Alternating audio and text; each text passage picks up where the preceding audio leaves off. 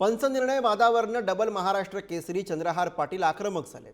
महाराष्ट्र केसरीच्या दोन्ही गदा परत करण्याची भूमिका त्यांनी मांडली आहे। डबल महाराष्ट्र केसरी चंद्रहार पाटील यांनी ही मोठी घोषणा केली। येत्या 2 दिवसांमध्ये कुस्तीगीर परिषदेला गदा परत करणार आहे। कुस्तीगीर परिषदेचे त्यावेळेचे उपाध्यक्ष अर्जुन पुरस्कार विजेते गुरुवर्य काकासाहेब पवार यांनी कबूल दिलेली आहे की चंद्रहार पाटलावर 2009 साली अन्याय झालेला होता।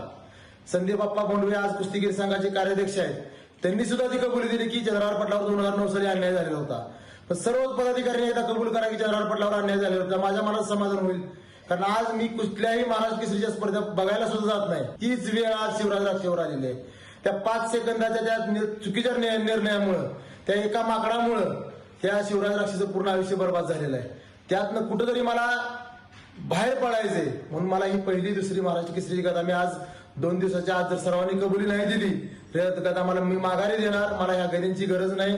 मी आयुष्यभर जोपर्यंत जिवंत आहे तोपर्यंत कुस्ती क्षेत्रासाठी काम करत राहणार, लाल मातीसाठी झगडत राहणार, झटत राहणार।